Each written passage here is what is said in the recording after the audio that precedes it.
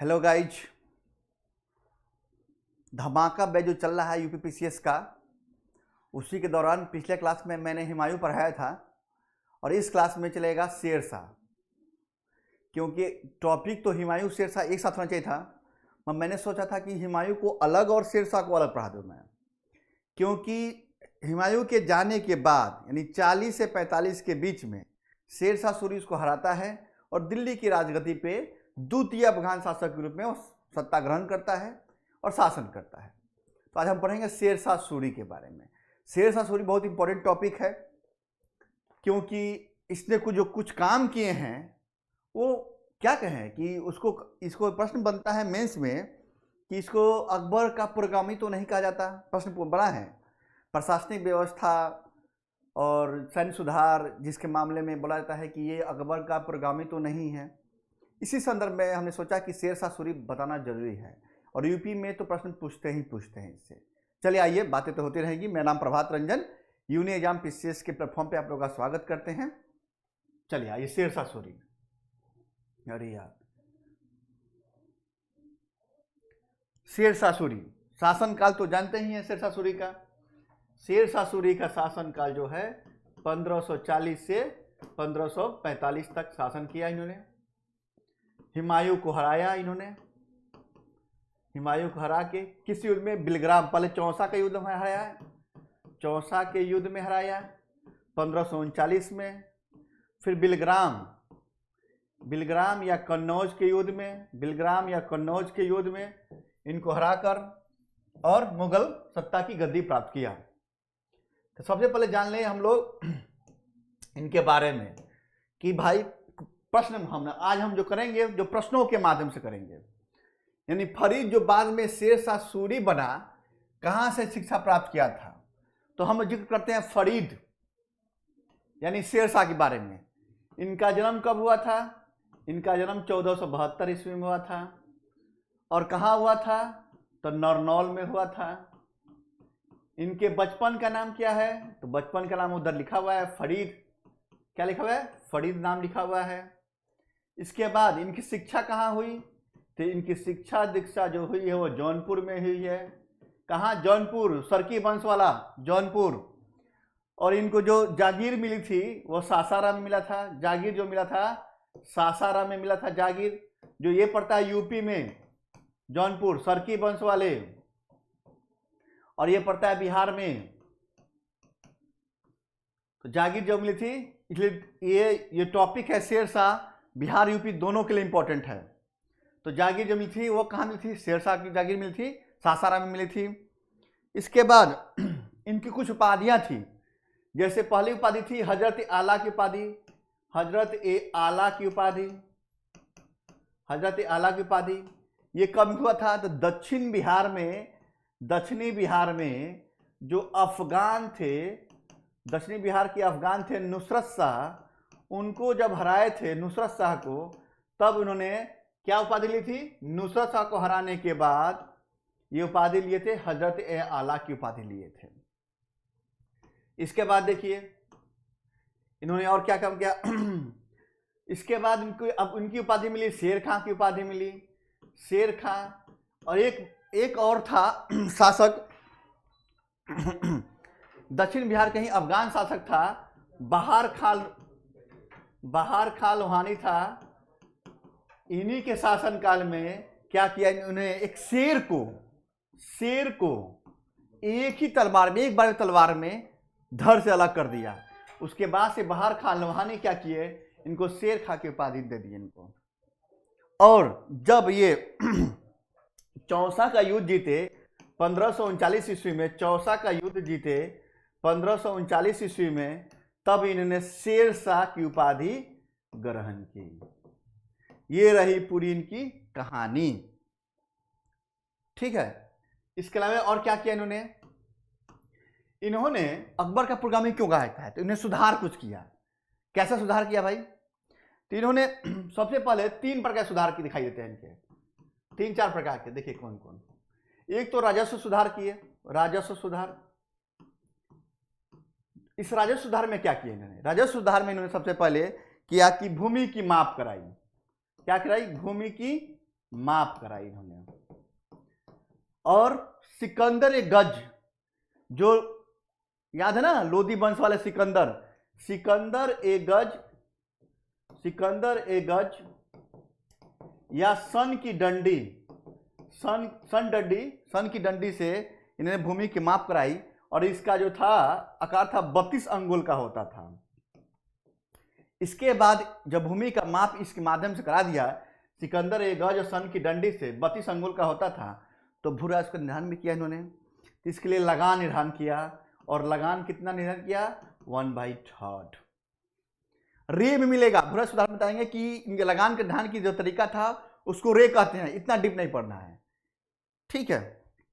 इसके लिए इन्होंने किसानों से क्या किया? कबलियत, एक मिनट के फ्रेश कर ही देते हैं इसको। अभी हम लोग पढ़ रहे हैं राजस्व सुधार, इसकी राजस्व सुधार पढ़ रहे हैं। तो उन्हें किसानों से क्या किया? पट्टा कबूलियत, पट्टा एवं कबूलियत नामक प्रथा चलाया। यानी जो जमीन दिया था वो जमीन पट्टा बोलते थे, और एक कागज पे लिखवा लिया था कि ये जमीन जो मिला है आपको, इसके बदले में एवज में आपको इतना टैक्स देना पड़ेगा। इसलिए पट्टा कबूलियत को जो संचालन किया वह शेरशाह हमारे हैं, नहीं प्रथा की शुरुआत की गई है। चलिए, इसके अलावा इन्होंने क्या काम किया? और इसके अलावा इन्होंने प्रशासनिक सुधार का काम किया। प्रशासनिक सुधार का भी इन्होंने काम किया। क्या क्या किया? क्या प्रशासनिक सुधार का? सबसे पहले इन्होंने अपने पूरे प्रशासन को यानी कौन सा प्रशासन? बंगाल के पूरे प्रशासन को सिकों या जिलों सरकारों में बांट दिया, सरकारों में बांट दिया, यानी सरकार को कहते हैं जिला। और इसमें सिकदार नामक अधिकारी की नियुक्ति कर दी, ठीक है। उसके बाद सिकदार की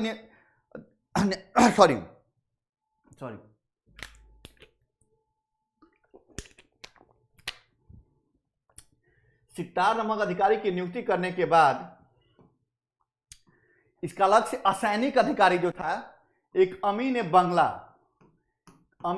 बंगला या अमीर ए बंगला कहीं मिलता है, अमीर ए बंगला मिलता है, उसकी नियुक्ति कर दिया इनके सहयोग करने के लिए। और इस पे बैठाया किसको? तो काजी फजीलत को बैठाया, इसको काजी फजीलत को बैठाया अमीर ए बंगला के नियंत्रण पे। ये था उनका प्रशासनिक सुधार। इसके बाद इन्होंने सुधार जो किया वो है सैनिक सुधार। सैनिक सुधार में क्या क्या किया भाई? सैन्य तो जानते ही हैं कि घुड़सवार सेना, पैदल सेना, ये सब सेनाएं चलती थी, हाँ हस्ती सेना। मगर इसने क्या किया? हुलिया और दाग प्रथा जो अलाउद्दीन खिलजी के समय था, हुलिया और दाग प्रथा, उसको दोबारा उसने चालू कर दिया, हुलिया दाग प्रथा को, ठीक है। और नगद वेतन देना शुरू कर दिया, नगद पेमेंट देना शुरू कर दिया सैन्य अधिकारियों को। ये दो काम अलाउद्दीन खिलजी किए थे, उसको स्टार्ट कर दिया इन्होंने। इसके बाद इन्होंने और काम क्या किया? तो करेंसी, सिक्का, मुद्रा प्रणाली पर भी इन्होंने काम किया। मुद्रा प्रणाली पे क्या किया इन्होंने? मुद्रा प्रणाली पे इन्होंने सबसे पहले स्वर्ण सिक्के जो चले आ रहे थे, तो इन्होंने शुद्ध सोने के सिक्के चलाए, चांदी का रुपया चलाया इन्होंने, चांदी का रुपया, शुद्ध चांदी का रुपया, शुद्ध सिक्का चलाया चांदी का, जिसको हम लोग कहते हैं रुपया कहते हैं। रुपया चलाने वाला कौन था? खुद ये कौन? शेरशाह। इसके बाद रुपया चलाने के बाद इसने तांबे का सिक्का भी चलाया, मगर दोनों के ग्राम में अंतर था। यानी देखा जाए तो चांदी का सिक्का 178 ग्रेन का होता था, जबकि तांबे का सिक्का 380 ग्रेन का होगा, 380 ग्रेन का। एक बार प्रश्न पूछा कि दोनों में तांबा और चांदी में अंतर कितना है ग्रेन में? तो 1:64 का अंतर है, 1:64 का अंतर है दोनों के दाम में, रुपए और दाम, तांबा का दाम कहा गया सिक्का को, ठीक है। इसका नाम क्या, तांबा का सिक्का का नाम दाम कहा गया, और चांदी के सिक्के को कहा गया रुपया। दोनों का अंतर पूछा, 1.64 का अंतर होता है। चलिए इतनी थी इनकी कथा कहानी। और हम चलते हैं सीधे प्रश्न पे। अब प्रश्न क्या है कि फरीद जो बाद में शेरशाह सूरी बना, कहां से शिक्षा प्राप्त किया था? तो ये जौनपुर से शिक्षा प्राप्त किया था। कहां से? जौनपुर से शिक्षा प्राप्त किया था। निम्नलिखित मध्ययुगीन शासकों में से कौन एक उच्च शिक्षित था? तो मध्ययुगीन शासक सबसे उच्च शिक्षित था वो शेरशाह था। यहां निम्नलिखित में से किस सुल्तान ने पहले हजरत आला की उपाधि अपनाई और बाद में सुल्तान की? वो थे शेरशाह सूरी। बताया ना, हजरत आला की उपाधि सबसे पहले दक्षिण बिहार के अभियान के बाद, मुसलमान शाह को हराने के बाद इन्होंने किया था, ठीक है। उसके बाद शेरशाह सूरी द्वारा किए गए सुधारों में सम्मिलित क्या क्या था? कौन कौन सुधार किए थे? तो अभी बताया, इसने राजस्व सुधार भी किया, प्रशासनिक सुधार भी किया, सैनिक सुधार भी किया, करेंसी प्रणाली में सुधार किया। ये सभी हो जाएगा इसके आंसर। चांदी का सिक्का किसने शुरू किया? तो शेरशाह सूरी। चांदी का सिक्का, शुद्ध चांदी का सिक्का शुरू किया जो 178 ग्रेन का होता था। शेरशाह के अंतर्गत तांबे के दाम और चांदी के रुपए में विनिमय दर क्या था? तो 64:1, यानी तांबा 386 ग्रेन का, 380 ग्रेन का, और चांदी जो है 178 ग्रेन का होता था। इसलिए दोनों का अनुपात जब देखेंगे तो 64:1 हो जाएगा। शुद्ध चांदी का रुपये का आविष्कार किसने किया था? वो शेरशाह ने खुद किया था। शेरशाह की मृत्यु कब होती है? शेरशाह की मृत्यु कलिंजर में हो जाती है। आप देख लीजिए, इसके अभियानों पे देख लेते हैं। 1-2 आक्रमण किए, उसकी देख लेते हैं। शेरशाह जब गद्दी पर बैठा तो इसने विस्तार करना शुरू कर दिया, क्योंकि हुमायूं के अयोग नहीं कहेंगे, अब उनके कमजोर होने के बाद छोटे छोटे शासक जो है वो स्वतंत्र हो गया। इसलिए शेरशाह सूरी ने 1541 ईस्वी में 41 और 42, कहीं कहीं 42 मिलता है, पहला आक्रमण किया मालवा के खिलाफ।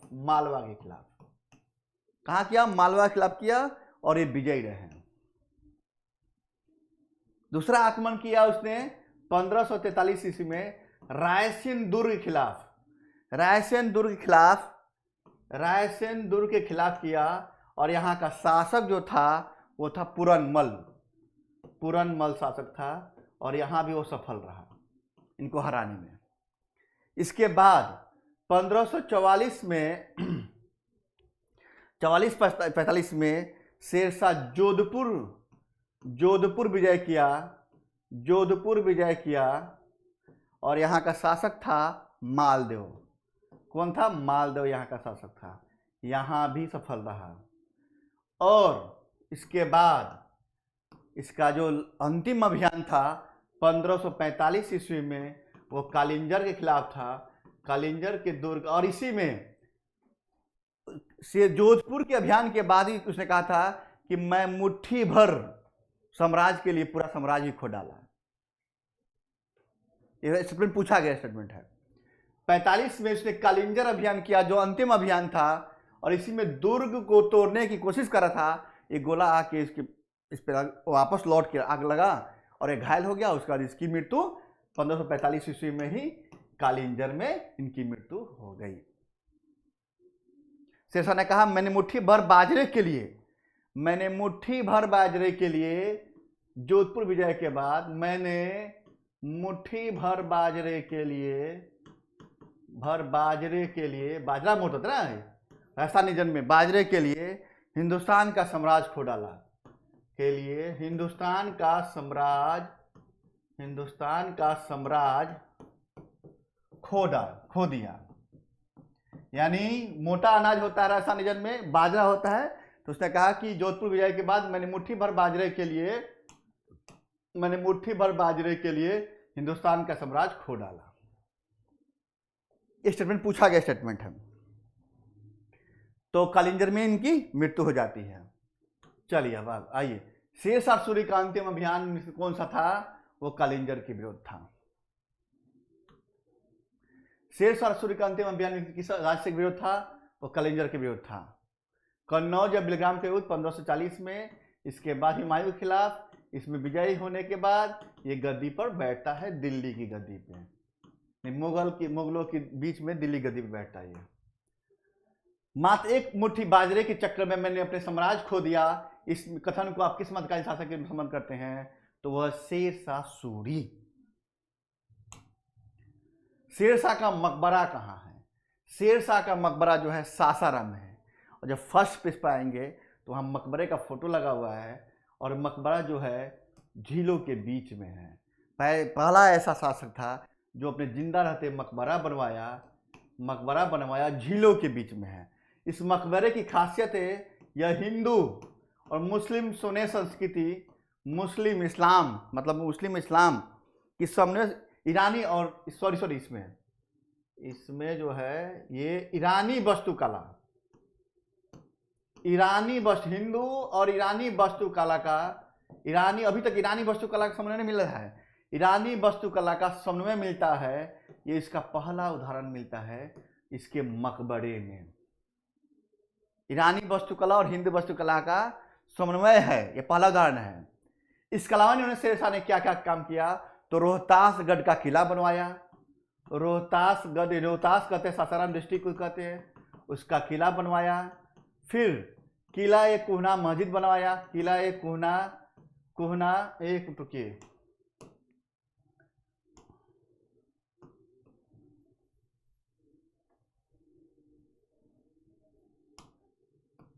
किला एक कोहना मस्जिद बनवाया, जो कहाँ पे है? पुराने किले में है, दिल्ली के पुराने किले में है। यानी इसका जीर्णोद्धार कराया था, दिल्ली के पुराने किले में है, पुराना किले में है। इसको भी मॉडिफाइड कराया। इसी में शेर मंडल बनवाया, जहाँ पे दिनपना पुस्तकालय की स्थापना किसने किया था? हुमायूं ने किया था। इसके सीढ़ियों के गिरने से हुमायूं की मृत्यु हो गई थी। शेर मंडल बनाने के बाद दिल्ली के पुराना किला में दिल्ली कुना का मस्जिद बनवाया इसने। उसके बाद दिनपना में बनवाया था। कन्नौज नगर को नष्ट करके शेरसूर, क्या नाम है? शेरसूर नगर बसाया था। कन्नौज नगर को नष्ट करके, जहां जीता था कन्नौज अभियान, उसको नष्ट करके शेरसूर नगर बसाया।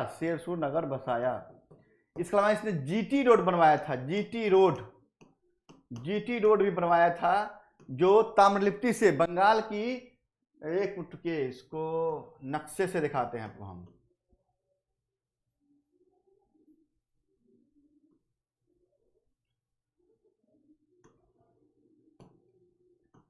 बंगाल की ताम्रलिप्ति से यह उत्तर पश्चिम तरफ जाता है। जीटी रोड जो बिहार उत्तर प्रदेश होते हुए पश्चिम बंगाल होते हुए सीधे उत्तर पश्चिम जाता है। जीटी रोड के निर्माण भी किया था, जिसमें दिल्ली भी आता है।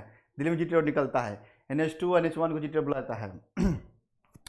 तो जीटी रोड की भी निर्माण इसने किया था, और इतना काम शेरशाह द्वारा किया गया था। अब आइए अगला प्रश्न क्या है? किस स्मारक निर्माण शेरशाह ने करवाया था? तो बताइए। दिल्ली में पुराने किले में किला एक कोहना मस्जिद निर्माण किया था। ठीक है। दिल्ली में पुराना किला भवनों का निर्माण किसने करवाया था? तो शेरशाह ने करवाया था। देख रहे प्रश्न कैसे पूछा है? कृषकों की सहायता के लिए किस मध्यकालीन भारतीय शासक ने पट्टा एवं कबलियत की व्यवस्था आरंभ की थी? वह है शेरशाह द्वारा आरंभ किया गया था पट्टा एवं कबलियत की प्रथा। किसने पूर्वी बंगाल ताम्रलिप्ति बंदरगाह, पूछा जाता है कि प्राचीन भारत में ताम्रलिप्ति बंदरगाह फेमस था, वह कहाँ है? तो बंगाल खाड़ी यानी पश्चिम बंगाल में है।